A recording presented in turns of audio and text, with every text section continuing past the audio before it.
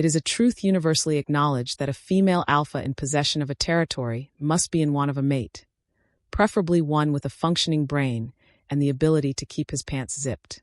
Unfortunately, the Council of Elders hadn't gotten that particular memo. Cassandra Vale stood before the semicircle of ancient wolves, her spine straight, her jaw tight, and her patience thinner than a silver thread about to snap. The council chamber smelled of old leather, older wolves, and the distinct musk of patriarchal nonsense that had been fermenting for centuries. Alpha Vale, Elder Thornwood intoned, his bushy eyebrows meeting in the middle like two caterpillars attempting a reunion. We have been more than generous with the timeline. Cassandra's wolf stirred beneath her skin, a low growl building in her chest. She suppressed it. Barely. Generous. That's an interesting word for blackmail. The 5 elders shifted in their high-backed chairs, their collective disapproval palpable enough to taste. Elder Ravencrest, the only female among them and somehow the most insufferable, leaned forward with a smile that could curdle milk.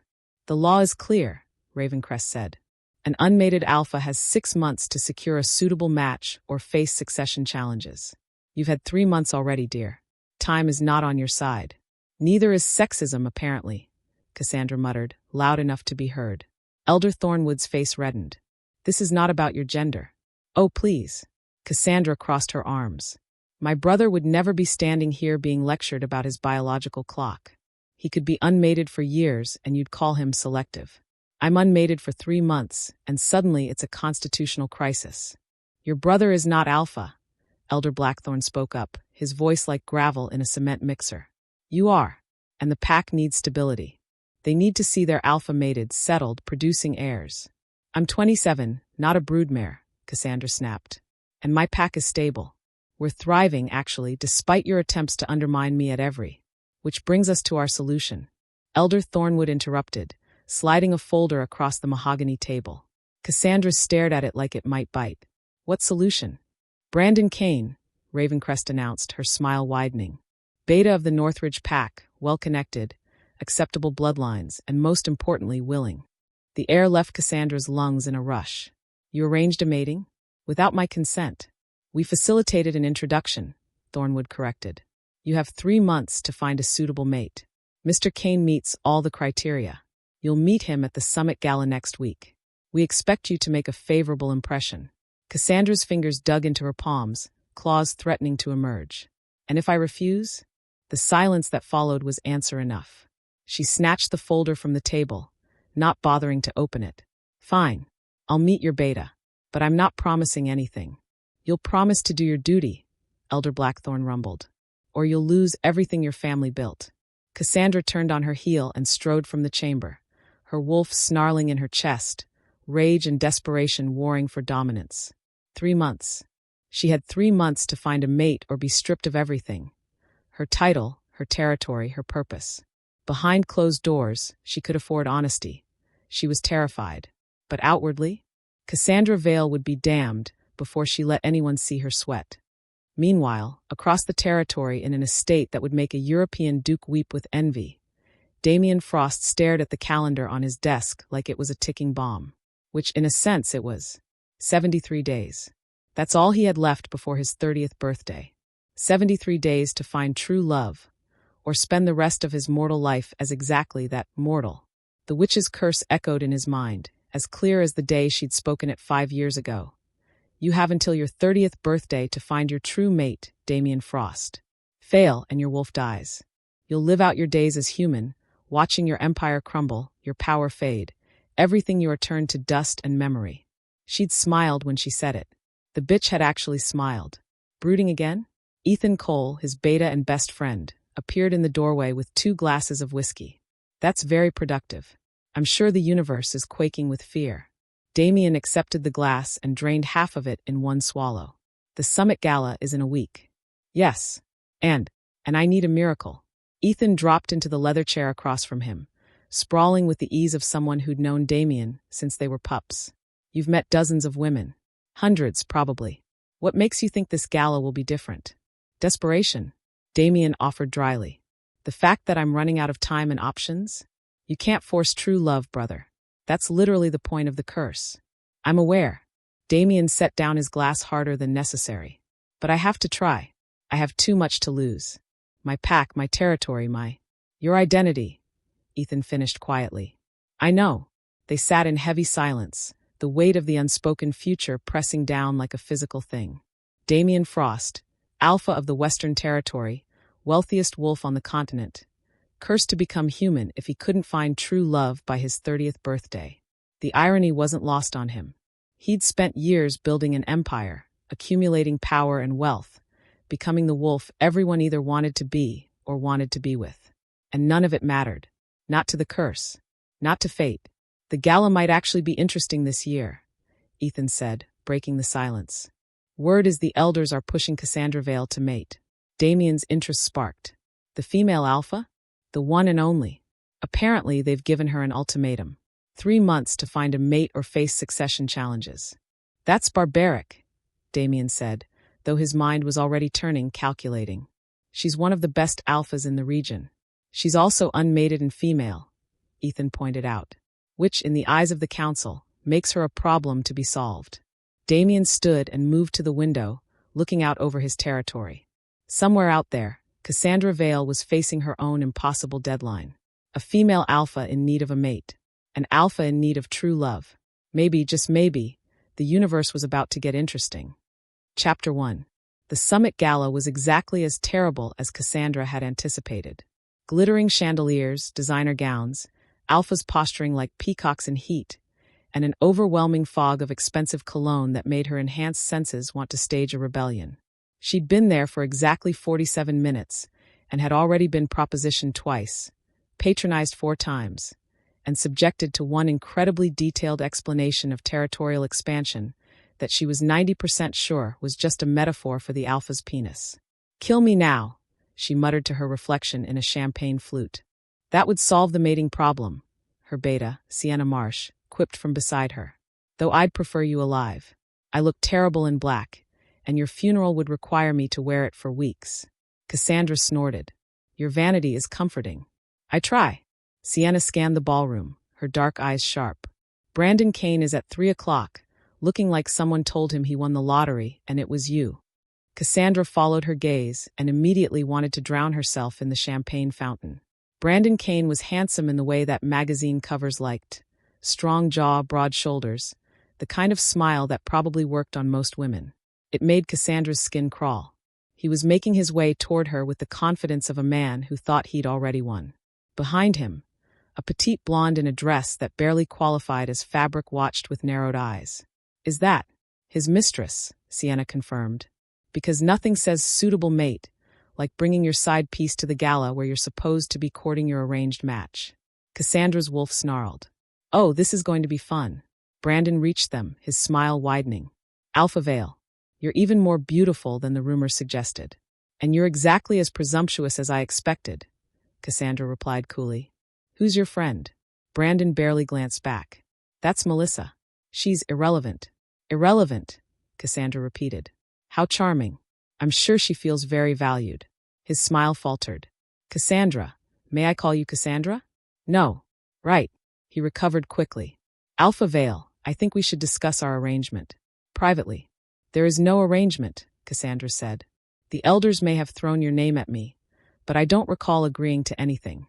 Brandon's expression hardened. "I'm being generous here. You need a mate. I'm offering. Most women would be grateful. I'm not most women. I'm an alpha. And alphas don't settle for betas who think their mistresses are irrelevant. You can't be serious." Brandon stepped closer, his voice dropping.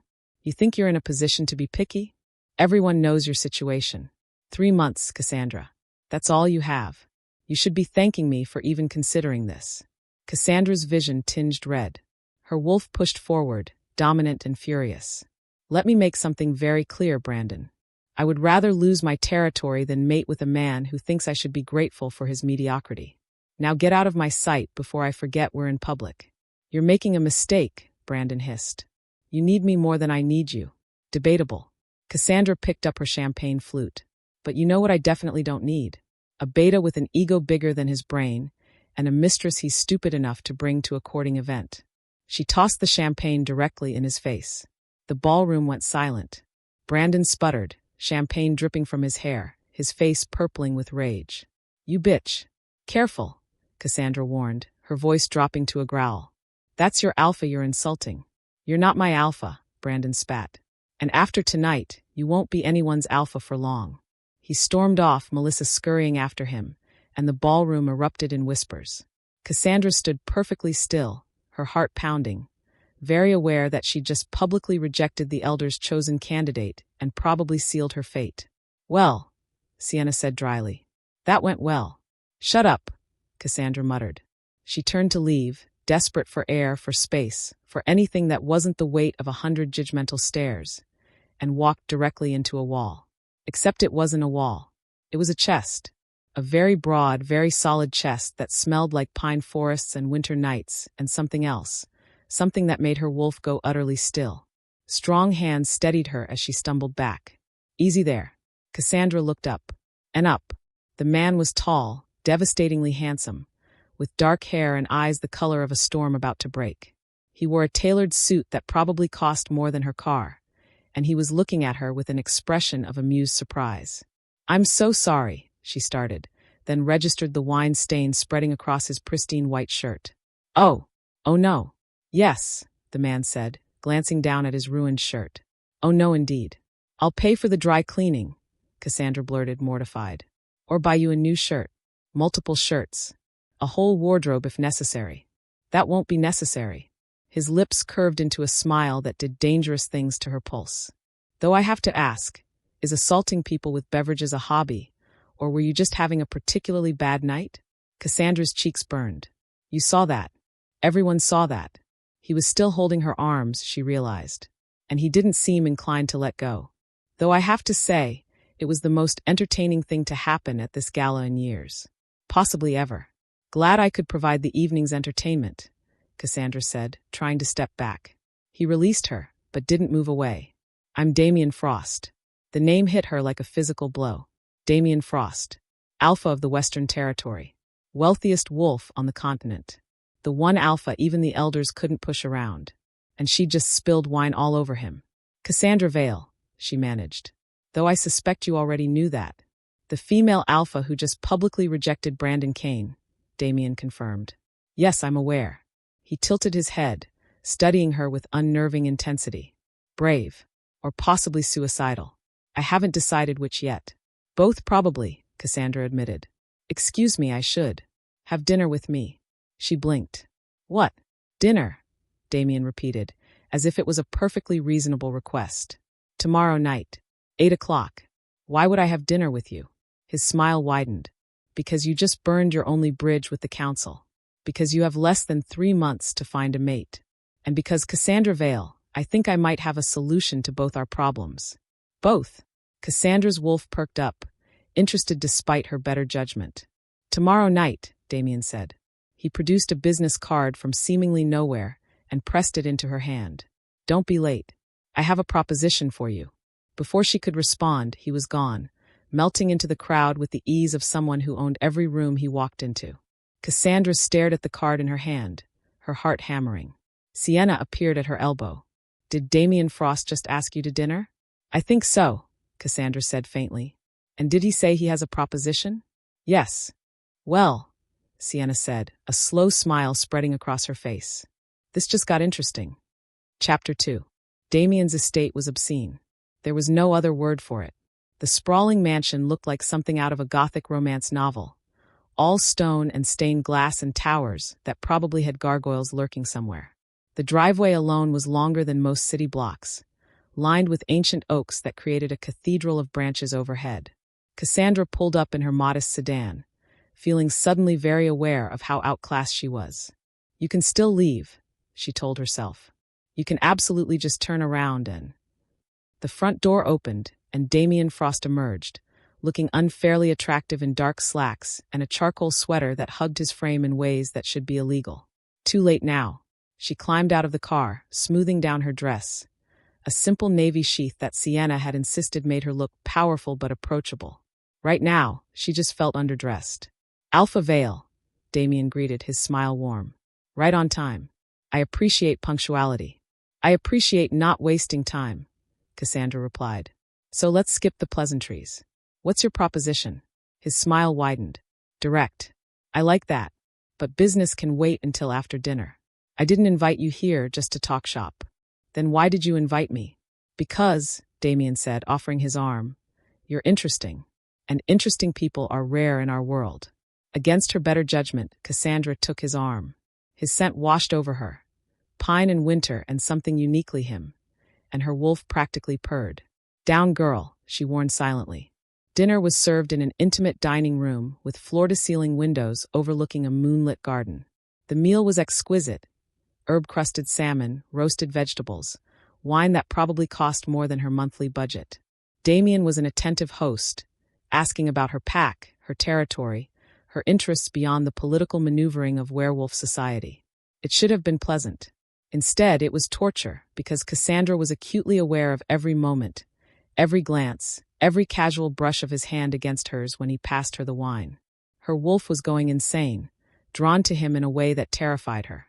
All right, she said, setting down her fork as dessert arrived. This has been lovely, but you said you had a solution to our problems. Plural. What did you mean? Damien leaned back in his chair, his expression becoming serious. I know about your deadline. 3 months to mate or lose your territory. And I know about your wealth, your power, and your complete lack of a mate despite being well past the age most alphas settle down, Cassandra countered. So what's your story, Damien? Why is a man like you still single? His jaw tightened almost imperceptibly. Let's just say I'm selective. Selective, Cassandra repeated, disbelieving. Or there's something you're not telling me. There's always something we're not telling each other, Damien said smoothly. That's the nature of our world. But here's what I am telling you. I need a mate. You need a mate. We're both on a timeline. Cassandra's heart skipped. You're what? Proposing. A business arrangement, Damien clarified. A marriage of convenience. You get the security of a mated bond and my considerable resources. I get. He paused, his expression unreadable. What I need. Which is? Cassandra pressed. Does it matter? Damien countered. We both walk away with what we want. Your territory is secure. My situation is resolved. No one loses. Cassandra stared at him, trying to read the truth beneath his words. He was hiding something, she was certain. But then again, wasn't she hiding her own desperation? This is insane, she said finally. Probably. We barely know each other. Most matings in our world are arranged. How well did your parents know each other before they bonded? That's different. They fell in love. Eventually, Damien pointed out. But they started as strangers doing their duty. Why should we be any different? Because I don't want convenient, Cassandra thought. I want real. But real wasn't an option, not with the clock ticking down. What would this arrangement look like? She asked carefully. Public appearances. A formal mating ceremony. We'd live together, maintain the fiction of a happily mated pair. Damien's eyes met hers, intense. Separate bedrooms, of course. Unless you prefer otherwise. Heat flooded Cassandra's cheeks. Separate is fine. For how long? A year, Damien said. Give it a year. If it's not working, if we're both miserable, we can separate. Quietly. Amicably. And if it does work? The question escaped before Cassandra could stop it. Damien's expression softened almost imperceptibly. Then maybe we got lucky. Cassandra's mind raced. This was crazy. Absolutely insane. Mating to a man she didn't know. Creating a fake relationship for the sake of politics and deadlines. But what choice did she have? I need time to think, she said. You have 3 days. Damien stood, extending his hand. After that, the offer expires. I need to know where I stand. Cassandra shook his hand, fighting the spark that raced up her arm at the contact. 3 days. 3 days, Damien confirmed. And Cassandra? Whatever you decide, I respect your choice. I'm not the elders. I won't force anything you don't want. It was that simple statement, that recognition of her autonomy, that stayed with her as she drove home through the darkness, her mind spinning. Damien Frost was hiding something. But then again, so was she. The crushing fear, the desperate hope, the loneliness of carrying her pack's future on her shoulders alone. Maybe they were both exactly what the other needed. Or maybe they were about to make the biggest mistake of their lives. The moon witnesses secrets yet untold. And bargains struck when hearts grow cold. Can duty's chain become desire's key? Subscribe now, what will her answer be? For when convenience meets the fated thread, destinies shift, and fears are fed. Chapter 3. The Decision. Cassandra didn't sleep that night, or the next, or the night after that. By day 3, Sienna was ready to stage an intervention. "You're going to accept," her beta said, sprawled across Cassandra's office couch like a particularly judgmental cat. "So stop torturing yourself and just say yes." "I don't know that," Cassandra argued, pacing the length of her office for the 1000th time. "This could be a disaster. He's hiding something, Sienna. I can feel it. Everyone's hiding something. You're hiding the fact that you nearly had a panic attack in front of the council last week." Cassandra shot her a glare. "Not helping. I'm being honest." Sienna sat up, her expression softening. "Look, Cass, you have 2 options. Accept Damien's proposal and have a shot at keeping everything you've built, or refuse and watch the elders hand your territory to your uncle's son, who, let's be honest, couldn't lead a pack of puppies to a food bowl. There has to be another way. Name it." Cassandra stopped pacing. "I could find someone else. In 3 days? Who exactly is lining up to mate with the female alpha who publicly humiliated the elders' chosen candidate?" Sienna's tone was gentle but firm. "Damien Frost is offering you a solution. Maybe not a perfect one, but a solution nonetheless. Take it." The desk phone rang, making them both jump. Cassandra stared at it like it might explode. "That's probably him," Sienna said. "Time's up." Cassandra picked up the receiver with shaking hands. "Vale, you have an answer for me?" Damien's voice was calm, controlled, giving nothing away. "Aye." Cassandra closed her eyes, took a breath, made the decision that would change everything. "Yes, I accept your proposal." Silence on the other end. "Then, you won't regret this." "I already do," Cassandra said honestly. "But I'm out of options and out of time. So yes, I'll mate you." "Good," was that relief in his voice. "I'll send a car for you tomorrow. We need to plan the ceremony, handle the paperwork, inform the council." "How romantic," Cassandra said dryly. "This isn't about romance, remember?" Damien's voice held an edge she couldn't interpret. "This is business." "Right, business." "Cassandra." He paused. "Thank you. I know this isn't what you wanted." "No," she agreed. "But it's what I need. I'll see you tomorrow." She hung up before he could respond, her hands trembling. Sienna was watching her with an unreadable expression. "You did the right thing. Then why does it feel so wrong?" "Because you're romantic underneath all that snark," Sienna said gently. "You wanted the fairy tale. True mates, instant connection, love at first sight. Instead, I got a business transaction with a man who's probably using me for something I can't even identify yet." Cassandra sank into her chair. "What have I done?" "What you had to." Sienna crossed the room and squeezed her shoulder. "And who knows?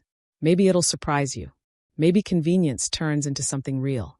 Or maybe we'll both be miserable and I'll have traded one trap for another." "Always the optimist," Sienna teased. "Come on. You need sleep. Tomorrow you're meeting your future mate to plan your wedding. You should at least try to look like you're not being led to your execution."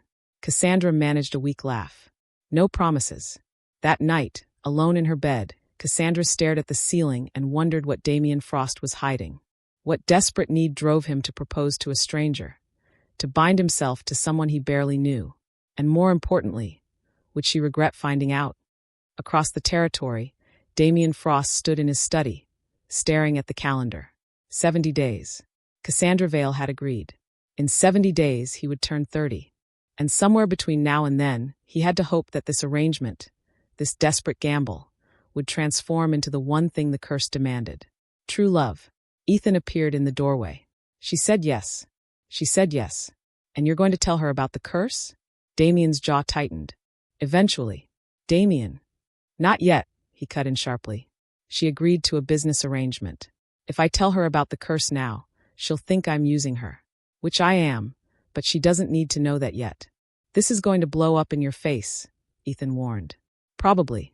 Damien turned to face his beta. "But I'm out of options. If there's even a chance she could be the one, if this could become real, then I have to take it. And if it doesn't?"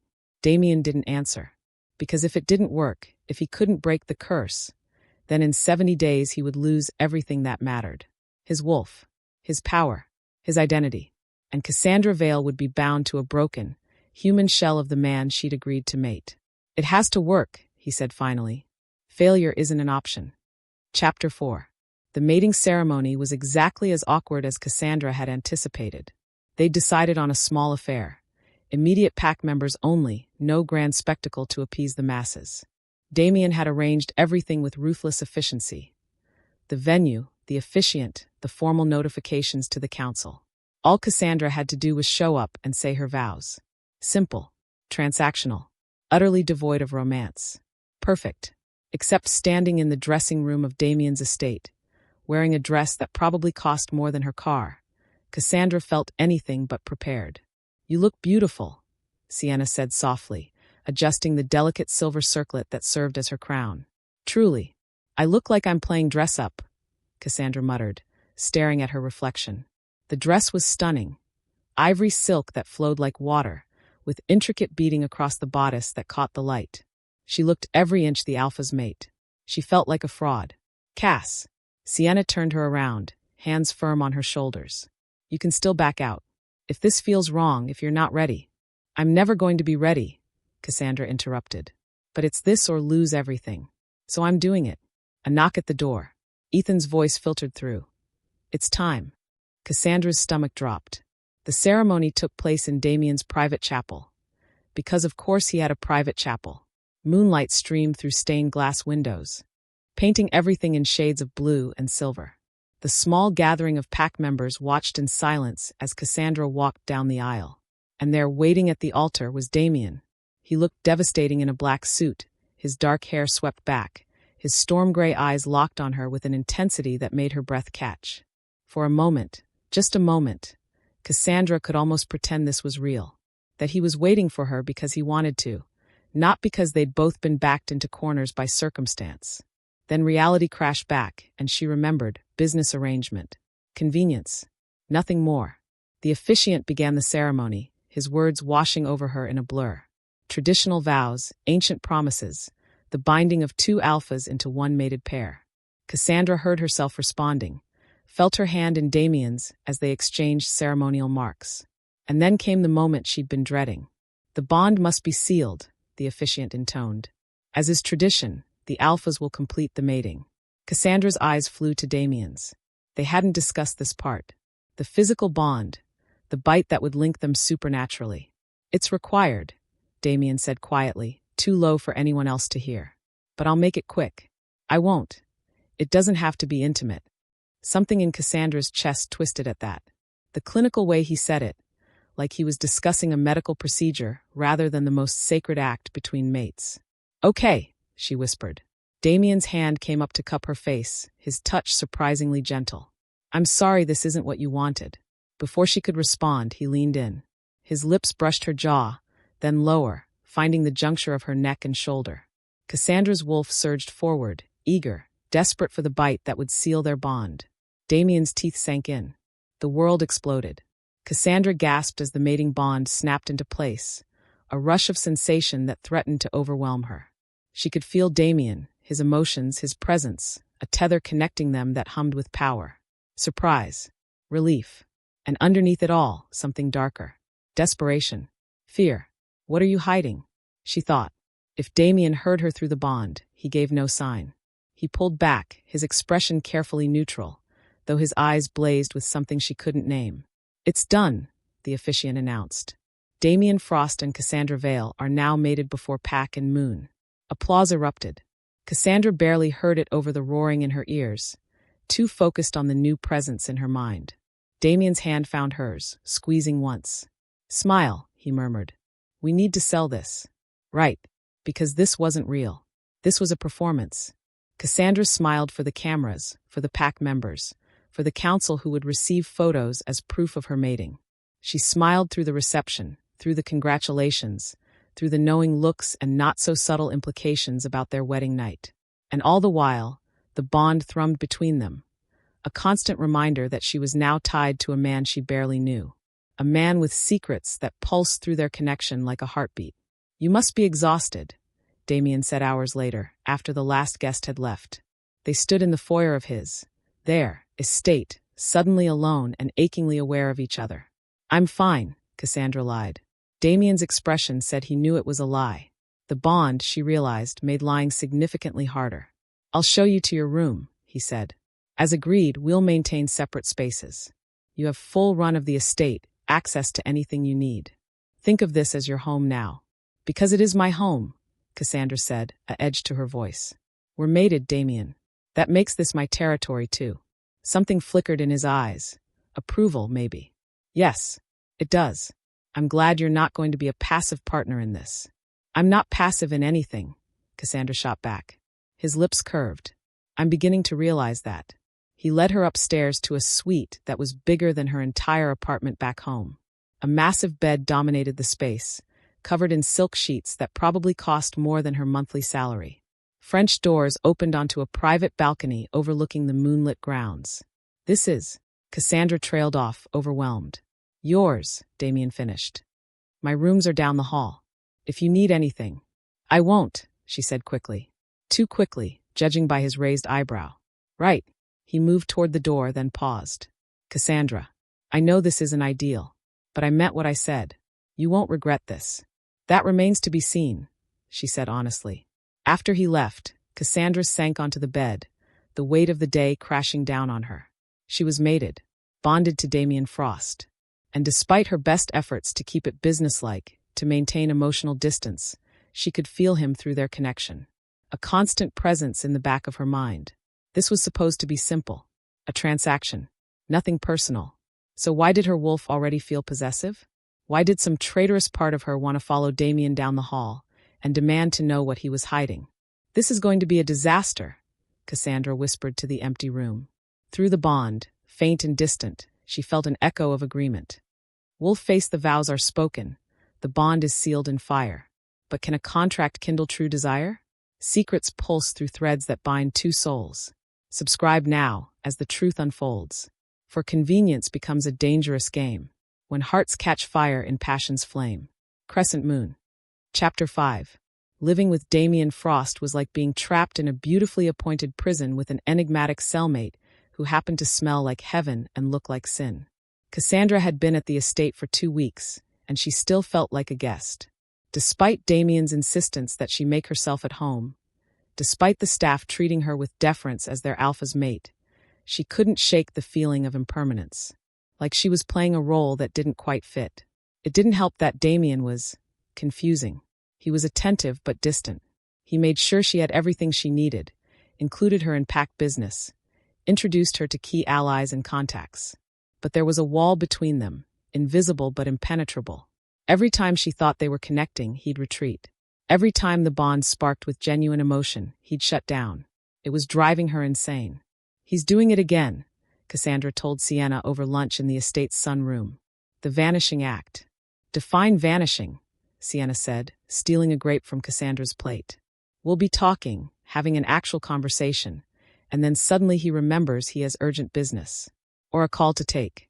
Or literally anything that gets him out of the room. Cassandra stabbed at her salad with unnecessary violence. It's like he's allergic to genuine interaction. Or he's scared, Sienna suggested. Of what? I'm not exactly threatening. You're not threatening physically. But emotionally. Sienna raised an eyebrow. Cass, you're terrifying. You demand authenticity. You don't play games. For someone who's clearly hiding something, that's probably nightmare fuel. Cassandra wanted to argue, but the bond chose that moment to pulse with an emotion she was learning to recognize. Damien's restlessness. She could feel him somewhere in the estate, his mood turbulent. I hate this, she muttered. The bond makes everything complicated. I can't not care when I can literally feel what he's feeling. That's kind of the point of mating bonds, Sienna pointed out. They force intimacy. Well, it's terrible and I want a refund. Sienna laughed. Give it time. Maybe he'll surprise you.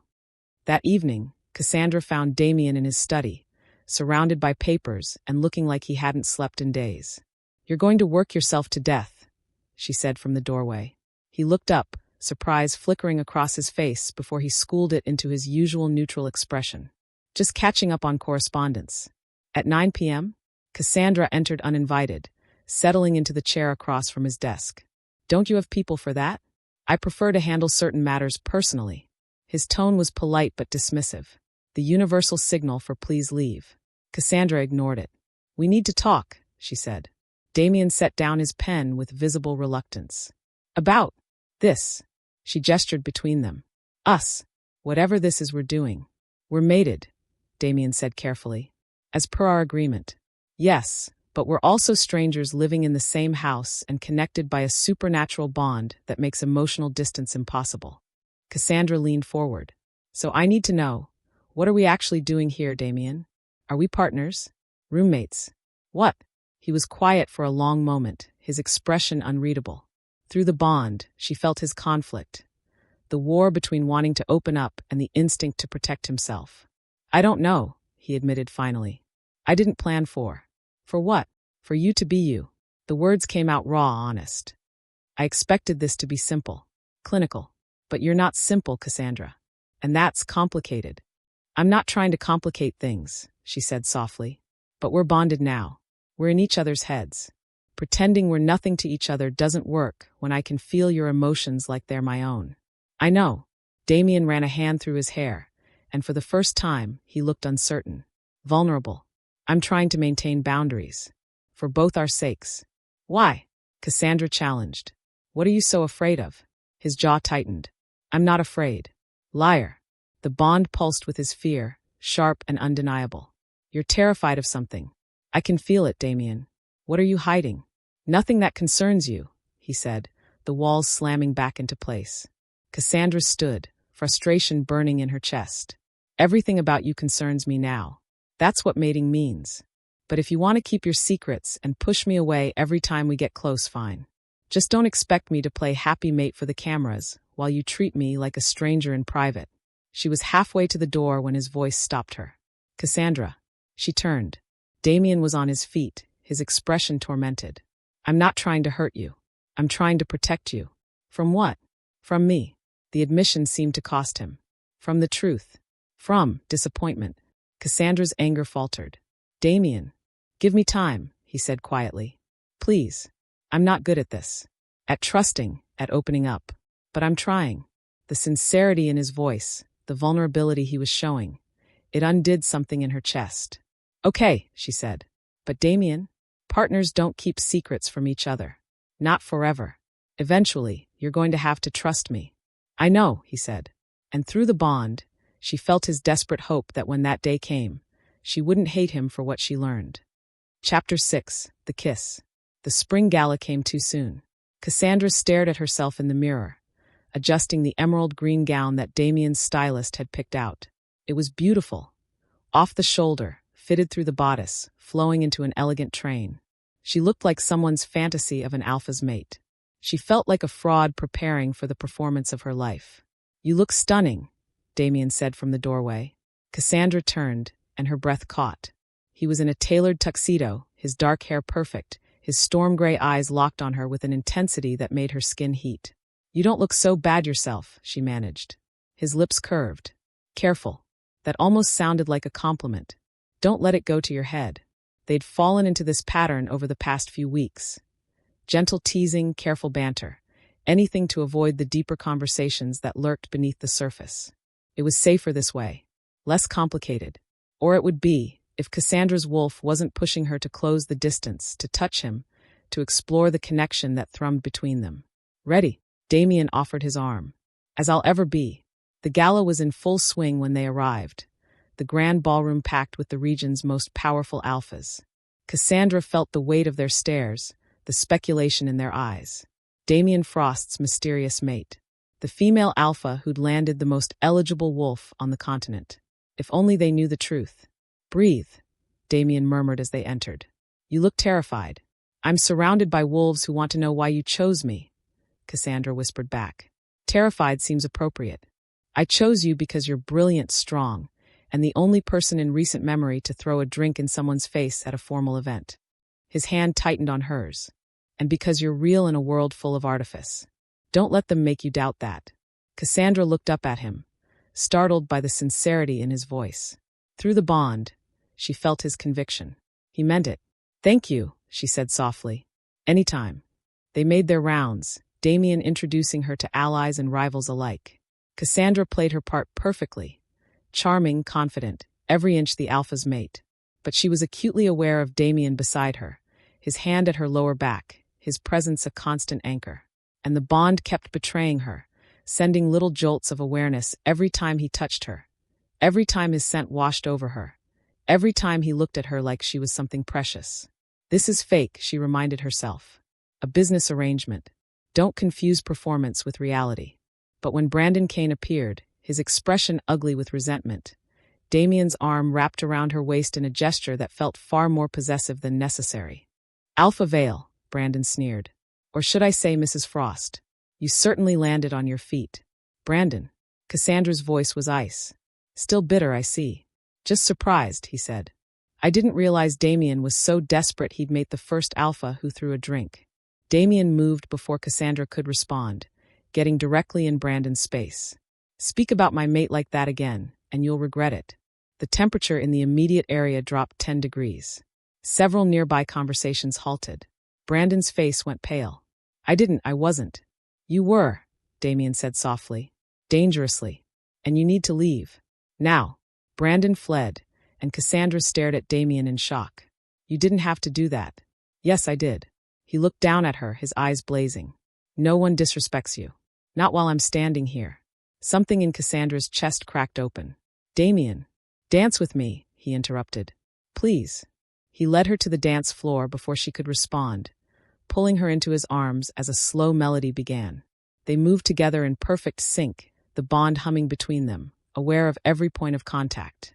You're good at this, Cassandra said, needing to break the intensity of the moment. I've had practice. How many women have you dated? Trying to make me jealous? Damien's lips curved. Trying to understand you, Cassandra corrected. You're this powerful, wealthy alpha, but you're alone. Why? His expression shuddered. I told you. I'm selective. There's selective, and then there's deliberately isolated. She studied his face, trying to read the secrets in his eyes. What are you looking for, Damien? What's so important that you've stayed alone? Something I'm not sure exists, he said quietly. Something I'm afraid I'll never find. And what's that? He looked at her for a long moment, something raw and vulnerable in his expression. Someone who sees me, really sees me. Not my wealth or my power or my status. Just me. Cassandra's breath caught. Damien. But that's impossible, isn't it? He smiled, but it didn't reach his eyes. Because everyone wants something. Everyone has an angle. Not everyone, Cassandra said. I didn't want to mate you.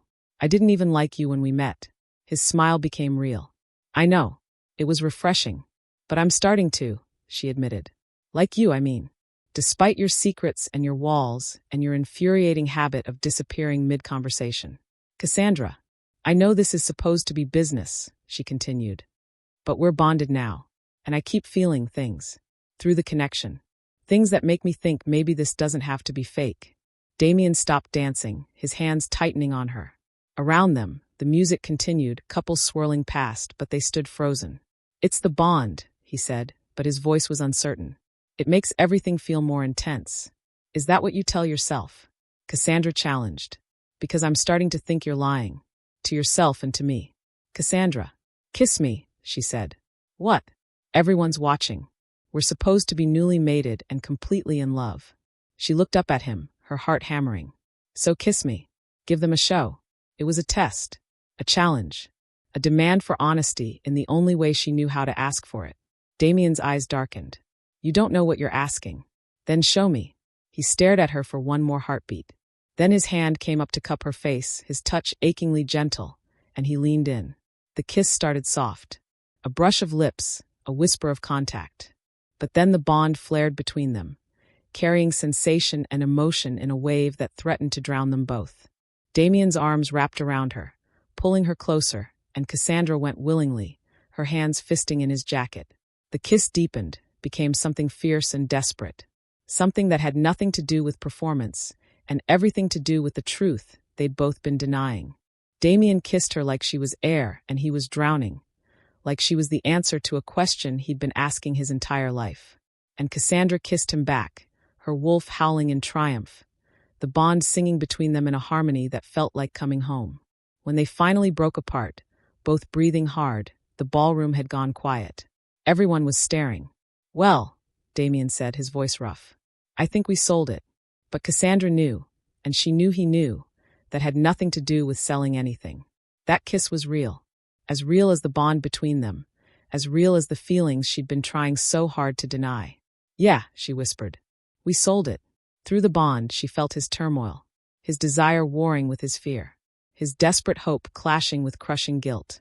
"What are you so afraid of?" she thought.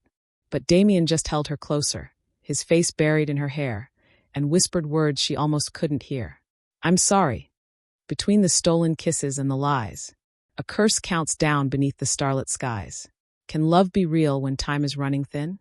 Subscribe to see what fate has locked within.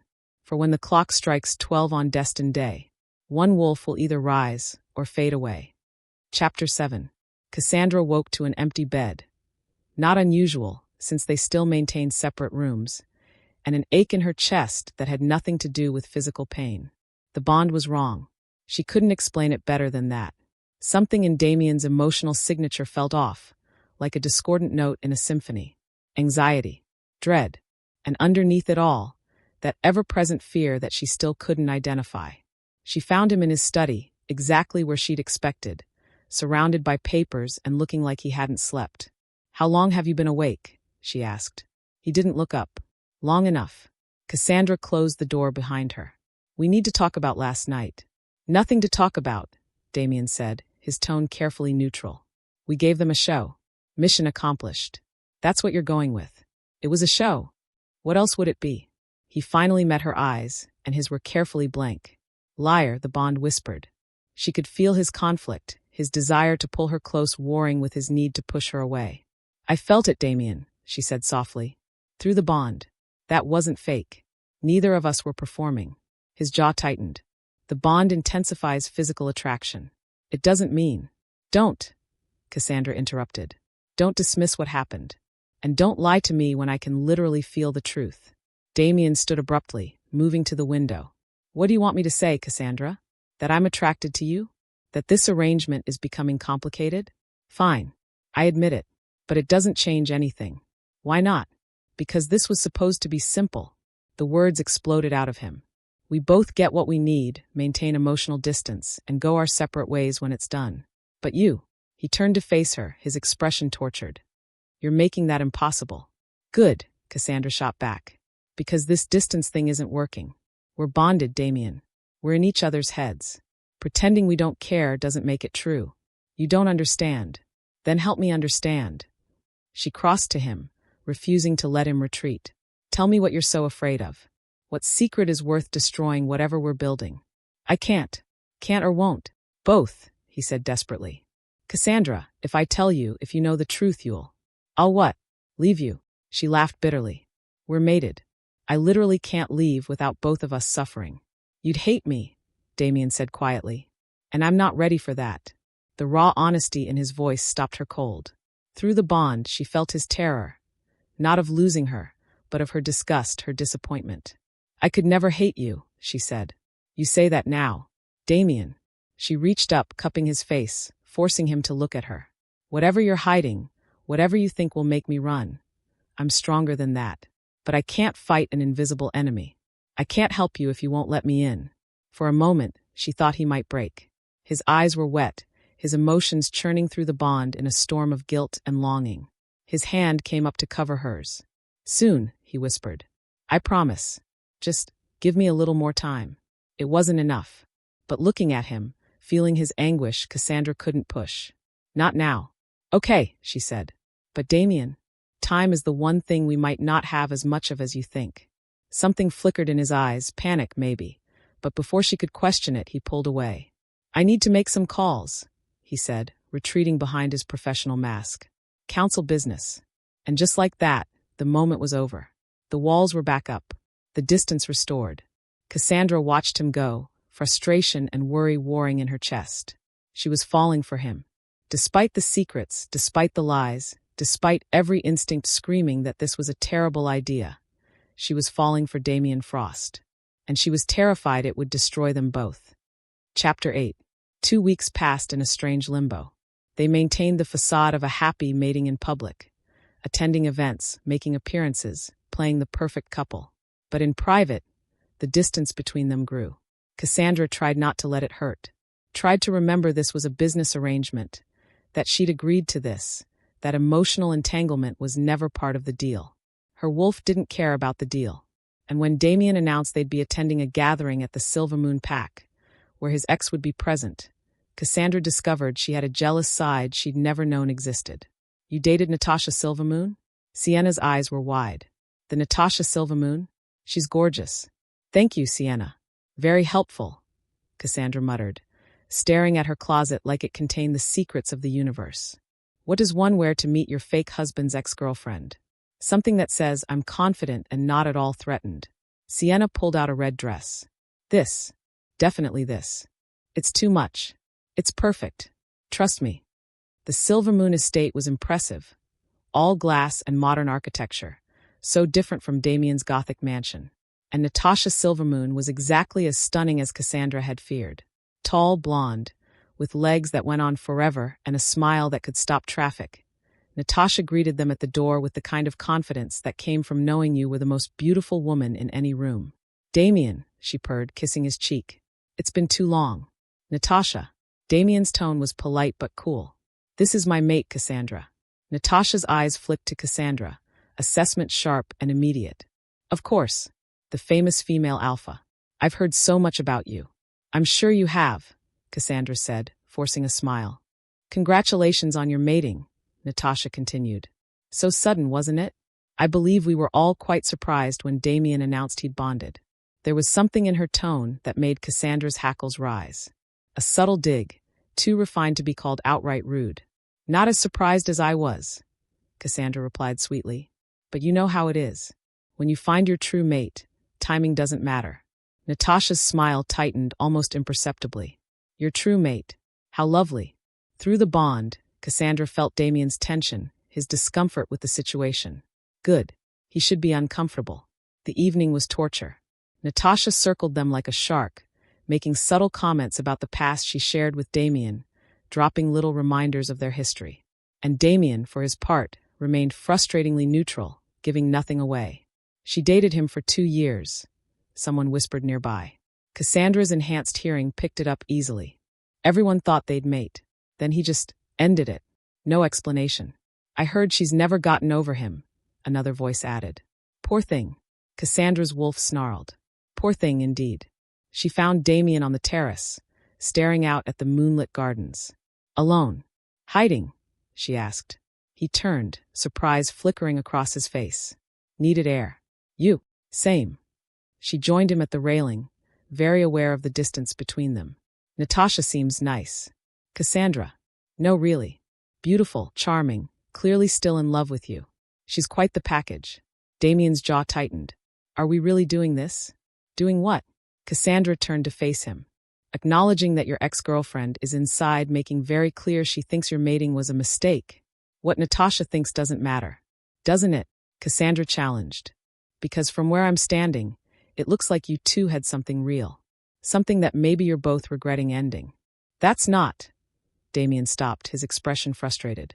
Natasha and I were together, yes. But it wasn't real. It was comfortable. Expected. She's from the right family, has the right connections. Everyone thought we'd mate. But you didn't. No. Why? Damien was quiet for a long moment. Because I didn't love her. And she deserved better than someone who was using her as a placeholder. The honesty in his voice surprised her. A placeholder for what? He looked at her, his eyes intense. For the one person who could actually matter. Cassandra's breath caught. Damien, I see you're reacquainting yourself with old friends. Natasha's voice cut through the moment like a knife. They turned to find her standing in the doorway, her smile sharp. Natasha, Damien said evenly. We were just discussing the gardens. Of course you were. Natasha's gaze slid to Cassandra. You must be so proud, Alpha Vale. Catching Damien Frost. Every unmated female in the region has been trying for years. I didn't catch him, Cassandra replied coolly. We chose each other. How romantic. Natasha stepped closer to Damien, her hand landing on his arm. Though I have to wonder, Damien, if you're truly happy. You were always so particular about who you let close. This mating seemed so rushed. It was exactly what I needed, Damien said, removing her hand. And I am happy. Cassandra is my mate in every way that matters. But is she your true mate? Natasha pressed. Or just a convenient solution to whatever mysterious problem you were solving? The words hit like a physical blow. Through the bond, Cassandra felt Damien's panic, his desperate desire to fix this, his guilt. "That's enough," Damien said sharply. "Natasha, you need to." "It's fine," Cassandra interrupted, her voice hollow. "She's asking a valid question." She looked at Damien, really looked at him, and saw the truth in his expression. The guilt, the fear, the knowledge that Natasha had struck too close to home. "Cassandra," Damien started. But Cassandra was already moving, pushing past Natasha, needing to get away before the tears threatened to fall.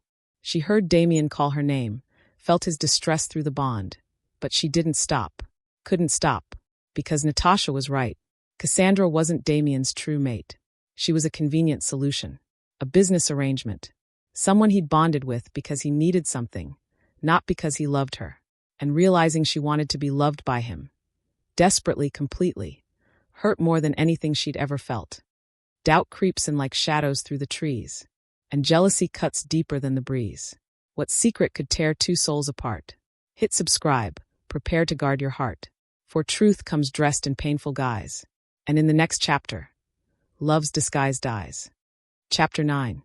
Damien found Cassandra in the garden, sitting on a stone bench beneath the stars, her arms wrapped around herself like she was holding herself together. "You shouldn't have left," he said quietly. "I needed space. From me. From everything." She didn't look at him. "Natasha's right, you know. This is convenient. A solution to our problems. Nothing more. Cassandra, don't." She finally turned to face him, and the tears on her cheeks made something in his chest crack. "Don't lie to me anymore, Damien. I can't take it. I can feel your guilt through the bond, feel your fear. Whatever you're hiding, whatever this is really about, I need to know." This was it. The moment he'd been dreading. The moment where everything could come crashing down. Damien sat beside her, keeping a careful distance. "You're right. I am hiding something. I know. And it's going to change how you see me. I know that too." He took a breath, released it, and finally told her the truth. 5 years ago, I made a mistake. I was cocky, arrogant, thought I was untouchable. I insulted a witch. Badly. She was at one of my properties, causing problems with my tenants. I kicked her out, called her names I'm not proud of, threatened her. Cassandra's eyes widened. "Damien." "She cursed me," he continued, the words spilling out now that he'd started. "Told me I had until my 30th birthday to find my true mate and fall in true love, or I'd lose my wolf. Forever. I'd become human, watch my pack crumble, lose everything that makes me who I am." Silence. Cassandra stared at him, her expression unreadable. "I've spent 5 years trying to break it," Damien said. "Dating, courting, desperately searching for the one person who could be my true mate. But nothing worked. And now," he laughed bitterly, "now I have 63 days. 63 days to find true love or lose everything." "Your 30th birthday," Cassandra whispered, "is in 9 weeks. "Yes. And you thought what? That I could be the solution?" "I hoped," Damien admitted. "When I heard about your situation, your deadline, I thought maybe, if we were both desperate, both in need, maybe we could find something real. Maybe convenience could become truth." Cassandra stood abruptly, pacing away from him. "You used me." "I gave you what you needed too," Damien said. "Your territory is secure. The elders can't challenge you now. But you didn't do it for me." Cassandra turned on him. "You did it for yourself.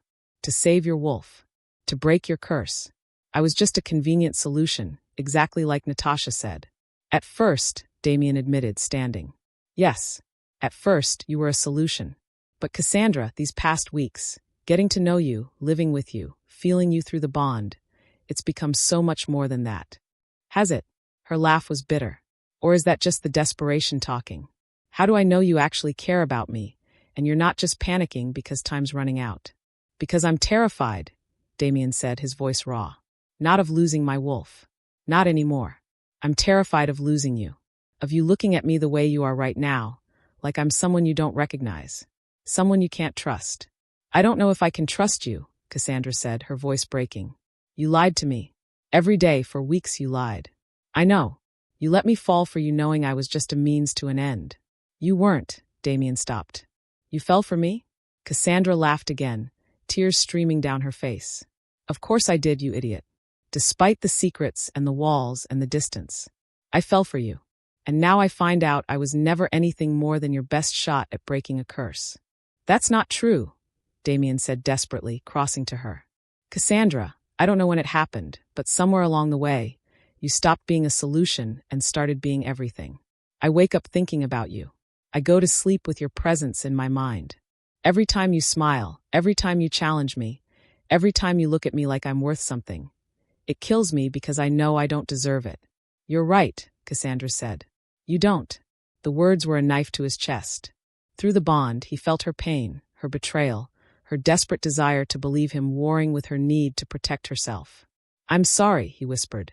I'm so sorry, Cassandra. I should have told you from the beginning. I should have been honest. But I was scared and selfish, and I thought if you knew, you'd never give me a chance. You should have let me make that choice, Cassandra said.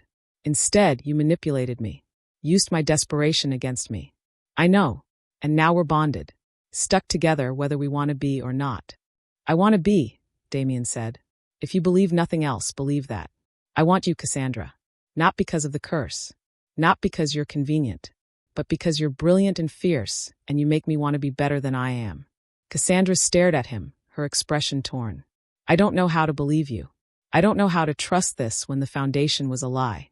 Then let me earn it back, Damien pleaded. However long it takes. Whatever you need. I'll prove to you that this is real. That you matter to me. You have 9 weeks before you lose your wolf, Cassandra pointed out. What happens if you can't break the curse? What happens to us? Damien's hands clenched. I don't know. Will you resent me? Blame me for not being enough? Never. You can't know that. I can, Damien said fiercely. Because even if the curse takes my wolf, even if I lose everything else, I would rather be human with you than alpha without you. That's how much you've come to mean to me. Cassandra's breath caught. Through the bond, he felt her waver, felt hope struggling against hurt. I need time, she said finally. To think, to figure out what I want, what I can forgive. I understand. Do you? Cassandra moved past him. Because from where I'm standing, you've had all the control. You've known the truth, made the decisions, kept the secrets. And I've been stumbling around in the dark, falling in love with someone who might not be real. I'm real, Damien said. The feelings are real. Everything else was lies, but not that. Never that. Cassandra paused at the garden gate. I want to believe you. I do. But right now, I don't know what's real anymore. And until I figure that out, I think it's best if we maintain some distance. Cassandra. Please, she said, her voice breaking. Please, Damien. Just give me space. She left, and Damien stood alone in the garden, the bond aching with her absence, her pain bleeding through their connection. He'd done exactly what he'd feared. He'd driven her away. And now, with less than 2 months to break a curse that demanded true love, he'd never felt more alone. Chapter 10. The next 3 weeks were agony. Cassandra threw herself into packed business, spending long hours managing territory affairs, meeting with advisors, doing everything possible to avoid spending time at the estate. When she did come home, she went straight to her room, keeping their interactions minimal. Through the bond, Damien felt every moment of her pain, her confusion, her desperate desire to forgive him warring with her need to protect her heart. He gave her space, but it was killing him. You look terrible, Ethan said, finding him in his study one evening. When's the last time you slept? Not relevant. Your birthday is in 6 weeks, Damien. 6 weeks.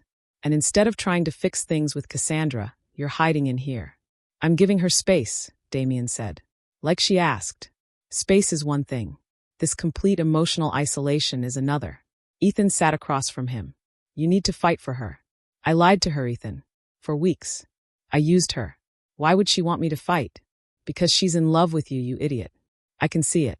You can feel it through the bond. But she's scared and hurt, and you're not giving her any reason to believe you mean what you said. What am I supposed to do? Damien demanded. Force her to forgive me? No.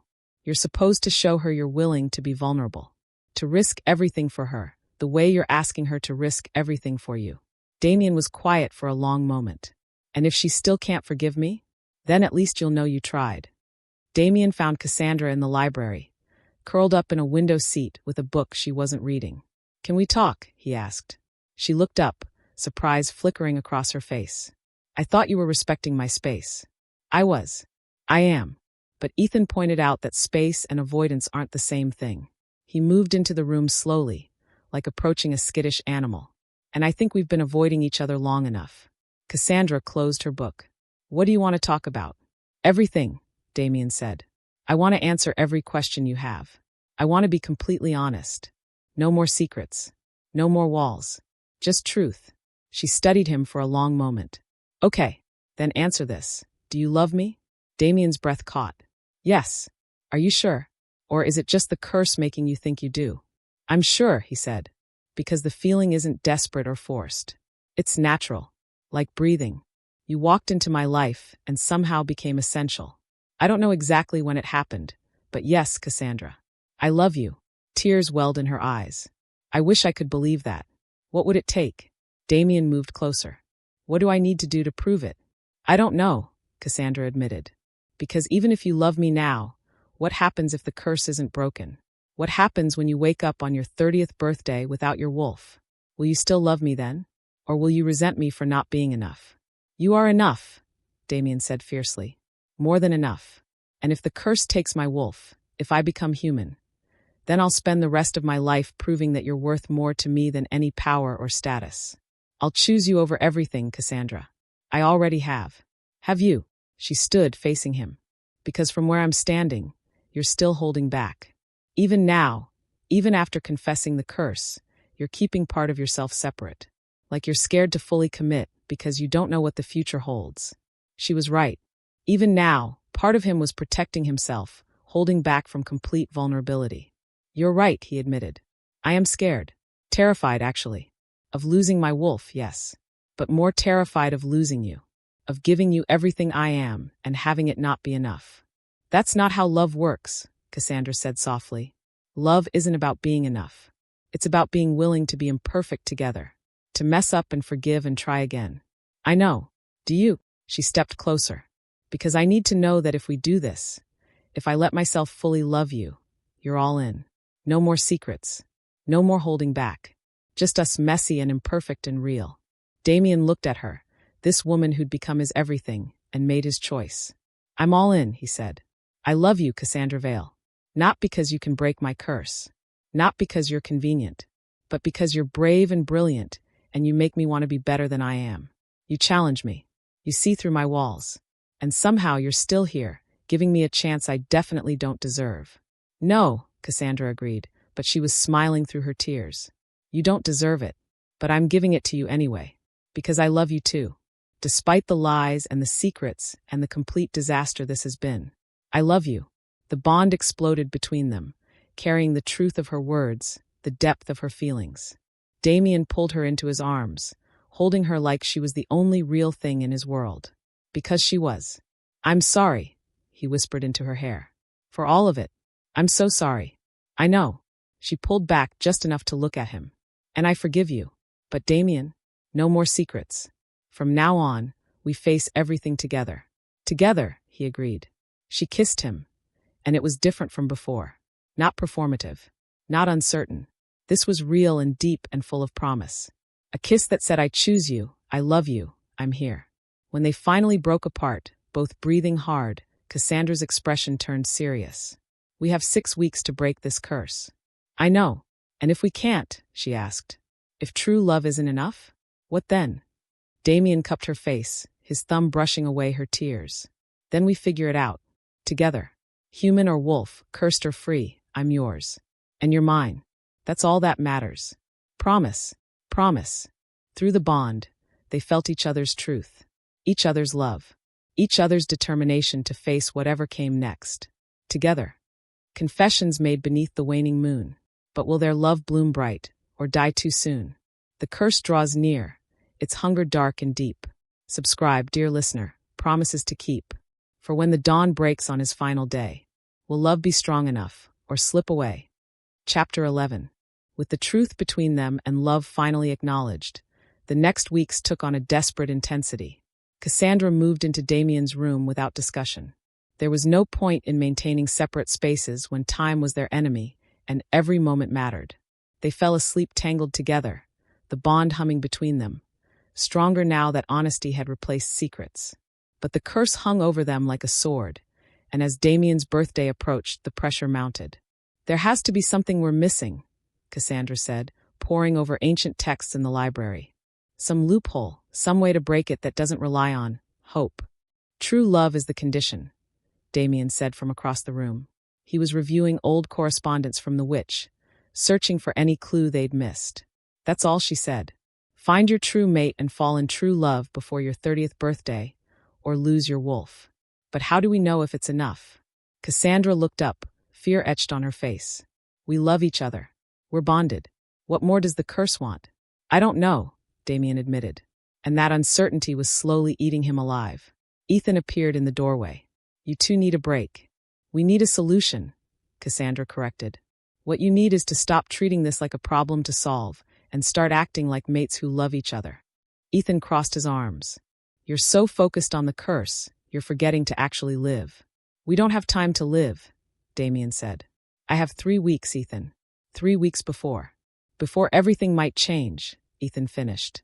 "I know, but starving yourselves, losing sleep, driving yourselves crazy with research, that's not going to help. You need to be together, really together, not just in proximity, but in presence."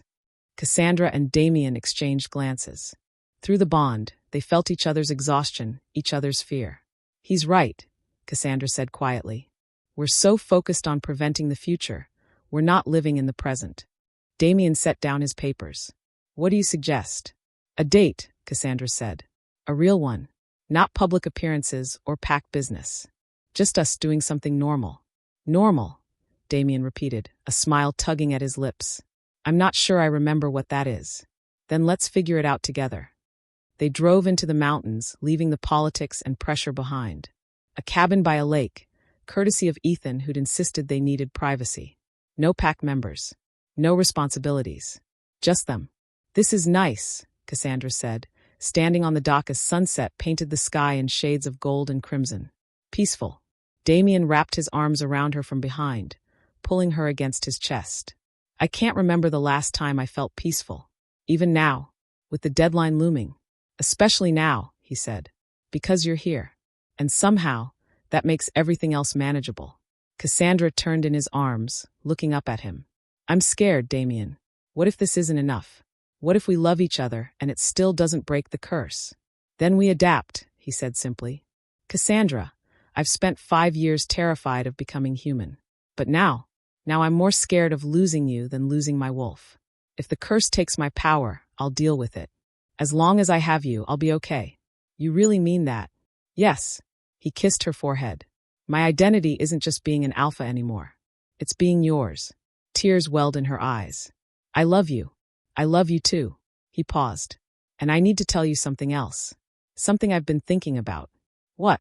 "If the curse does break me, if I become human, I want you to move on." Cassandra jerked back. "What?" "You're an alpha," Damien said. "You need a strong mate who can stand beside you, who can help lead your pack. If I'm human, I can't give you that. And I don't want you trapped with someone who can't meet your needs." "Stop." Cassandra's voice was sharp. "Stop right now. Do you really think I care about power? About status? I love you, Damien. You. Not your wolf, not your territory. You. Cassandra. No." She cupped his face, fierce and determined. "Listen to me. If the curse takes your wolf, if you become human, I'm staying. We'll figure it out together. We'll find a way to make it work. But I am not leaving you. Ever. Do you understand?" The bond carried her absolute conviction, her unwavering loyalty. Damien felt something in his chest crack open. "How did I get so lucky?" he whispered. "You didn't," Cassandra said with a smile. "You manipulated a desperate female alpha into a marriage of convenience. But then you fell in love with her, and she fell in love with you, and now you're stuck with her. Forever." "Forever," Damien agreed. "Even if forever looks different than we planned." They spent the night on the dock, wrapped in blankets, watching stars wheel overhead. They talked about everything, their childhoods, their fears, their dreams. They laughed and cried and held each other through the darkness. And for the first time since the curse was cast, Damien felt something shift. Not a breaking of magic, but a settling, a rightness. Maybe this was what the curse demanded. Not grand gestures or perfect moments, but this simple presence, complete acceptance. Love that existed not in spite of uncertainty, but because of it. Whatever happens, Cassandra said as dawn painted the sky, we face it together. Together, Damien agreed. And for the first time in 5 years, he believed they might actually be okay. Chapter 12. Damien woke on his 30th birthday to sunlight streaming through the windows and Cassandra curled against his side. For a moment, he didn't move. Just lay there, breathing, taking inventory. He could still feel his wolf. Still sense the power thrumming through his veins. Still connect to his pack through the alpha bond. But the day was young. The curse might not trigger until midnight. Until the actual moment 30 years ago that he'd been born. Stop thinking so loud, Cassandra mumbled against his chest. I can feel your anxiety through the bond. Sorry. She propped herself up, looking down at him with sleep-soft eyes. Happy birthday. Thanks. He managed a smile.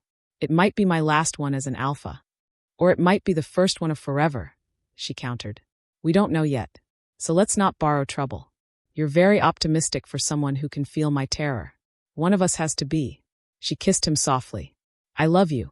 Whatever happens today, that doesn't change. I love you too. Ethan had organized a small gathering. Just close pack members and friends. Nothing ostentatious. Nothing that would draw attention to the deadline hanging over them. But as evening fell and midnight approached, tension ratcheted higher. You should say something, Ethan suggested as the clock neared 11. To the pack. In case. He didn't finish. Didn't have to. Damien looked around at the faces gathered. Wolves who'd followed him for years, who trusted him, who'd built their lives on his leadership. And Cassandra, standing beside him, her hand in his, her love a constant presence through their bond. I want to thank you all, he said, his voice carrying through the sudden silence. For your loyalty, your trust, for standing with me through everything. Whatever happens tonight, know that leading you has been the greatest honor of my life. Several pack members looked confused. They didn't know about the curse. Only Ethan and now Cassandra had the full truth. Damien, Ethan started. No secrets, Damien interrupted, looking at Cassandra. She nodded, supporting his choice. You all deserve to know. 5 years ago, I was cursed. I had until my 30th birthday, until tonight, to find my true mate and fall in true love, or lose my wolf forever. Shocked silence. Then a babble of voices, questions, concerns. We don't know if it's broken, Damien continued, raising his hand for quiet. Cassandra and I, we love each other. We're bonded. But the curse was vague, and we won't know until midnight if it's enough. And if it's not? Someone asked. Then I'll step down as alpha, Damien said. The words hurt, but they were necessary. I won't burden this pack with a human leader. That's not necessary, Cassandra started.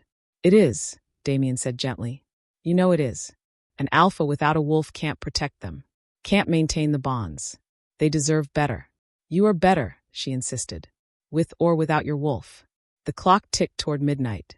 Cassandra's hand tightened in his. Through the bond, he felt her love, her fear, her desperate hope. 11:59. I love you, Cassandra whispered. I love you too, Damien said. Thank you. For everything. For taking a chance on me. For forgiving me. For being here. Always. The clock struck midnight. For a moment, nothing happened. Then Damien felt it.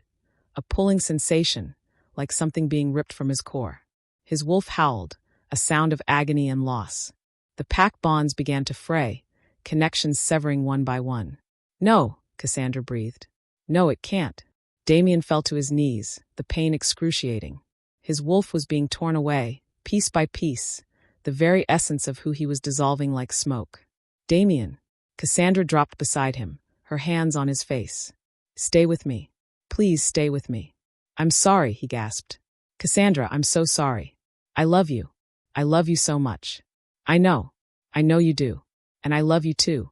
Tears streamed down her face. So much that it hurts. So much that I can't imagine my life without you. You're my mate, Damien. My true mate. Not because of some curse or some bond, but because I choose you. Every day, every moment, I choose you. The bond between them flared, carrying her absolute truth, her unwavering conviction. And something shifted. The pulling sensation stopped. The severed pack bonds snapped back into place. Damien's wolf, which had been fading, suddenly surged forward, stronger than before, more solid, more real. What? He gasped. The curse, Ethan whispered, staring. Look at your hands. Damien held them up. They were glowing faintly, a soft silver light that pulsed with his heartbeat. And on his wrist, where the curse mark had been burned into his skin 5 years ago, there was nothing. Just unmarked flesh. "It's broken," Cassandra breathed. "Damien, it's broken." He looked at her, his mate, his true love, and felt everything slot into place. The curse was gone. His wolf was secure. The future was theirs. "You saved me," he said wonderingly.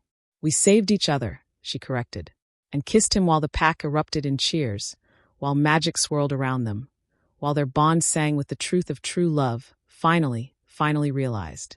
Wolf face from Alpha King to mortal, stripped of pride, but then a miracle from deep inside.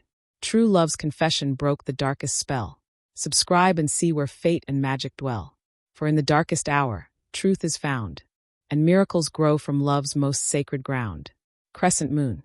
Chapter 13. The next morning, Damien woke to birdsong and sunlight and the absolutely surreal sensation of being curse-free. "It actually worked," he said aloud to the empty room. "We actually did it." Cassandra stirred beside him, smiling. "Having a moment?" "Several." He pulled her close. "I can't quite believe it. 5 years of searching, of desperation, of trying everything, and all it took was you." "All it took was us being honest with each other," she corrected. "Being willing to be vulnerable. Choosing love even when it was terrifying." "Fair point." He kissed her temple. "What now?" "Now," Cassandra propped herself up. "Now we actually live. Without deadlines or curses or desperate gambles. Just life." It was a strange concept. For 5 years, everything had been building to that moment. Every decision filtered through the lens of the curse. And now it was just gone. "I don't know how to do that," Damien admitted. "Neither do I," Cassandra said. "But we'll figure it out. Together." Over the next weeks, they slowly adjusted to their new normal.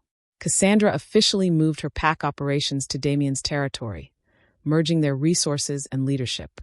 The council, after initial grumbling, accepted the arrangement, mostly because Damien and Cassandra together were too powerful to oppose. "They're calling us the power couple," Sienna reported with amusement. "The female alpha and the cursed wolf who broke free. You're basically a fairy tale." "A really weird fairy tale," Cassandra muttered. "The best kind," Damien said, wrapping an arm around her.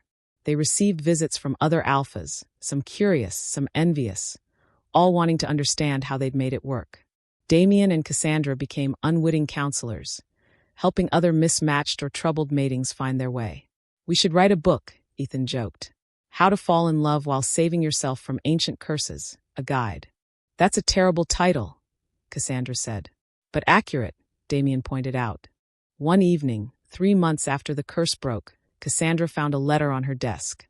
The handwriting was unfamiliar, the paper old and slightly singed at the edges. She opened it carefully. "Alpha Vale. Asterisk, you don't know me, but I know you. More importantly, I know what you did for Damien Frost. I am the witch who cursed him 5 years ago. Asterisk. Asterisk, I wanted you to know. The curse was always meant to be broken. I didn't curse him out of malice, but out of necessity. Damien Frost was arrogant, cruel to those he saw as beneath him. He needed to learn empathy, vulnerability, the value of things beyond power. Asterisk. Asterisk, I knew he had the capacity for love. I just needed to force him to search for it. Asterisk. Asterisk, you were his salvation not because you're special in some mystical way, but because you demanded he be better. You refused to let him hide. You made him choose authenticity over comfort. Asterisk. Asterisk, the curse would have broken the moment he truly chose love over power, which he did when he knelt before his pack and admitted his weakness. Your love just sealed it. Asterisk. Asterisk, thank you for teaching him what I could not. He's a better alpha now, a better person, and you're both stronger for having faced the darkness together. Asterisk. May your love continue to grow. M. Cassandra stared at the letter for a long moment, then handed it to Damien. She knew, he said after reading it. The witch knew it would work. She knew you could be saved, Cassandra corrected. But we still had to do the work. We still had to choose each other. True. He set the letter aside and pulled her into his lap. No regrets. About us? Never. She kissed him. Though I could have done without the months of emotional torture. Agreed. He nuzzled into her neck. But I wouldn't change how we ended up here. Every moment of pain, every mistake, every choice. It led to this. To us. To us, Cassandra echoed. Through the bond, they felt each other's contentment, each other's love, each other's absolute certainty that whatever came next, they would face it together. As mates, as partners, as two wolves who'd found their way through the darkness and into the light. Chapter 14. Everything was perfect, which, Cassandra thought wryly, should have been her first clue that something was about to go catastrophically wrong. It started with rumors. Whispers that maybe the curse hadn't actually broken. That Damien's power was unstable. That his pack was vulnerable. Ignore it, Damien advised. People always talk. But Cassandra's instincts were screaming that this was more than just gossip. She was proven right when Brandon Kane appeared at their estate, backed by 3 other alphas and a formal challenge scroll. You can't be serious, she said, staring at the document. Completely serious, Brandon replied, his smile smug. I'm challenging Damien's right to his territory. And since you're his mate, challenging your right to yours as well. On what grounds? Damien demanded, appearing beside Cassandra. On the grounds that you're cursed, Brandon said.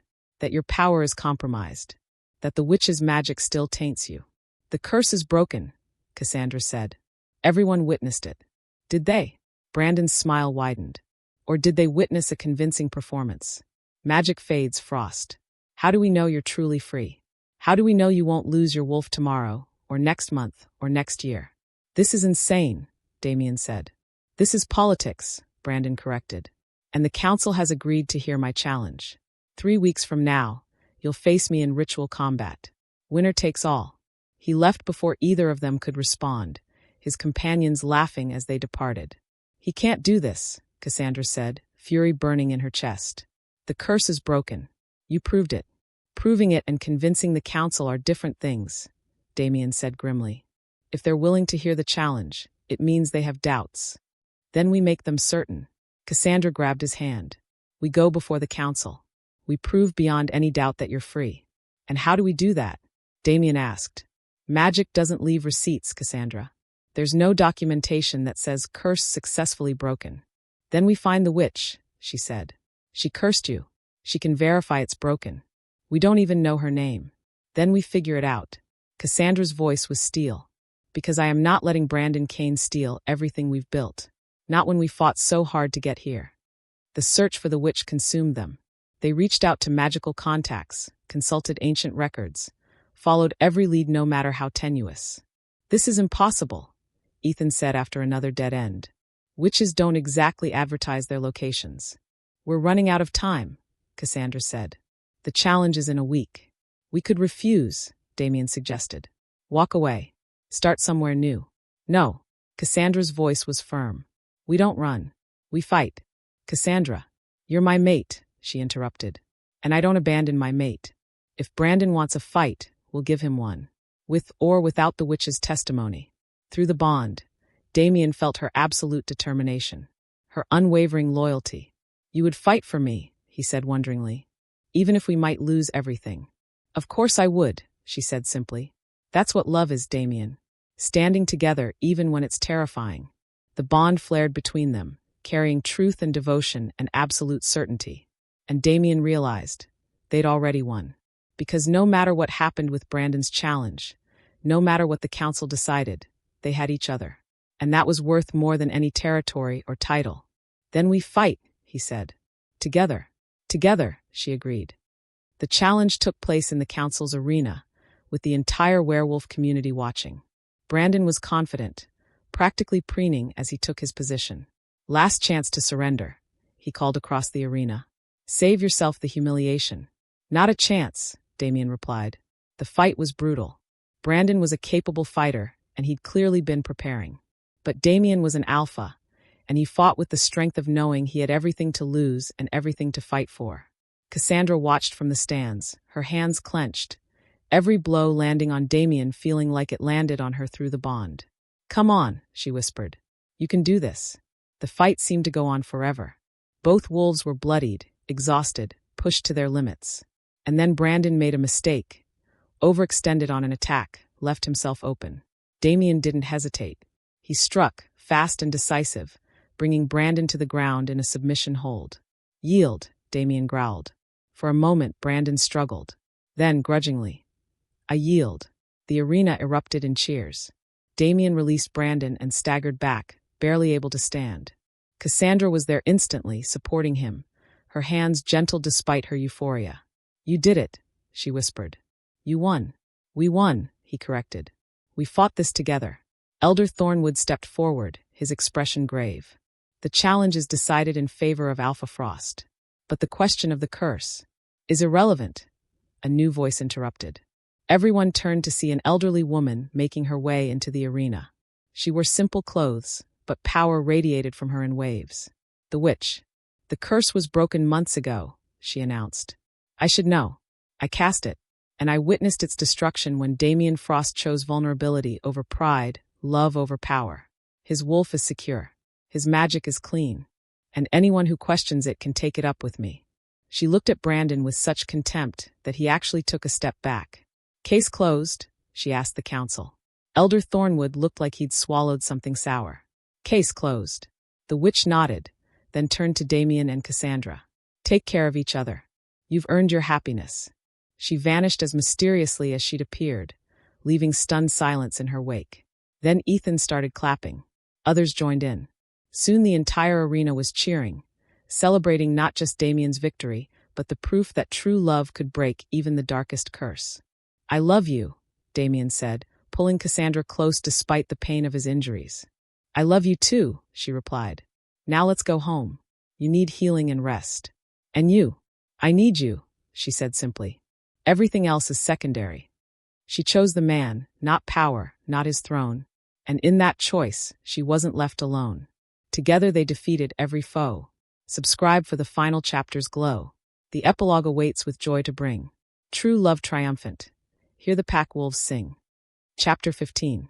1 year later, Cassandra stood on the balcony of their shared estate, watching the sun set over the territories they now ruled together.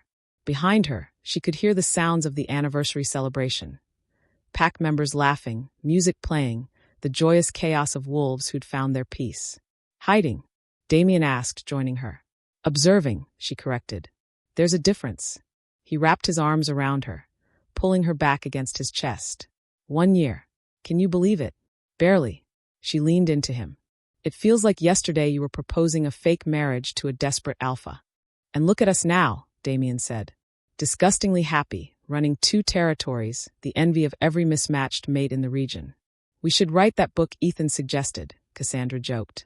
Absolutely not. Our story is weird enough without documenting it. They stood in comfortable silence, watching the stars emerge. Through the bond, they felt each other's contentment, each other's love, each other's absolute certainty that this life they'd built together, was exactly where they were meant to be. I have news, Cassandra said casually. Good news or bad news? That depends on how you feel about sleepless nights and diapers. Damien went very still. Cassandra, I'm pregnant, she said, turning to face him. About 6 weeks along. I wanted to be sure before I told you. Joy exploded across his face. We're having a pup. We're having a pup, she confirmed. Damien picked her up and spun her around, both of them laughing. When he set her down, his eyes were wet. I never thought I'd have this, he said. A mate who loves me. A family. A future that isn't clouded by curses or deadlines. You gave me all of it. We gave it to each other, Cassandra corrected. That's what partnerships are, Damien. We build our lives together. He kissed her, soft and sweet, the bond humming between them with perfect harmony. I love you, he said. Today, tomorrow, and every day after. Curse or no curse, pack or no pack. I choose you. Always. And I choose you, Cassandra replied. My mate. My partner. My true love. Behind them, the celebration continued. Pack members danced and laughed, celebrating not just the anniversary of a mating, but the triumph of love over fear, of vulnerability over pride, of choosing each other even when it was hard. And as Cassandra and Damien stood together under the stars, their future bright with possibility, they knew one truth above all others. They had found what the curse demanded, not in grand gestures or perfect moments, but in the simple, terrifying, beautiful act of choosing each other. Every single day. Epilogue. 5 years later. The pup. Well, pups now plural. tore through the estate gardens with the kind of reckless abandon that made Cassandra's heart stop and Damien laugh.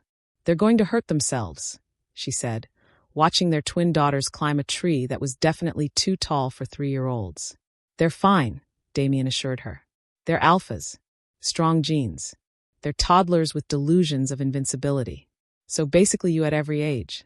Cassandra glared at him, but couldn't quite hide her smile. "I'm dignified now. You threw a drink in someone's face last week." "He was being insufferable," she defended. "He suggested we expand territory into the eastern lands." "Exactly. Insufferable." They watched their daughters, Elena and Maya, finally give up on the tree and chase each other across the lawn instead. Both had Damien's dark hair and Cassandra's green eyes, and both were absolutely convinced they ruled the world.